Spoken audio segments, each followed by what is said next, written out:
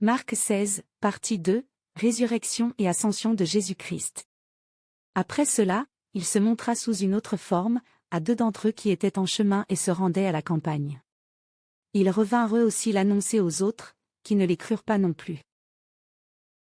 Enfin, il montra aux 11 pendant qu'ils étaient à table, et il leur reprocha leur incrédulité et la dureté de leur cœur, parce qu'ils n'avaient pas cru ceux qu'il avait vus ressusciter. Puis il leur dit, allez dans le monde entier et prêchez la bonne nouvelle à toute la création. Celui qui croira et qui sera baptisé sera sauvé, mais celui qui ne croira pas sera condamné.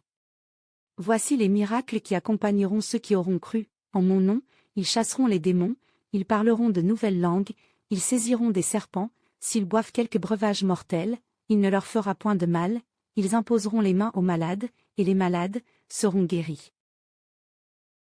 Le Seigneur, après leur avoir parlé, fut enlevé au ciel, et il s'assit à la droite de Dieu. Et ils s'en allèrent prêcher partout. Le Seigneur travaillait avec eux, et confirmait la parole par les miracles qui l'accompagnaient. Demain, nous commencerons la lecture de l'Évangile selon Luc. Je vais passer la main dans la lecture, je vous remercie et à bientôt.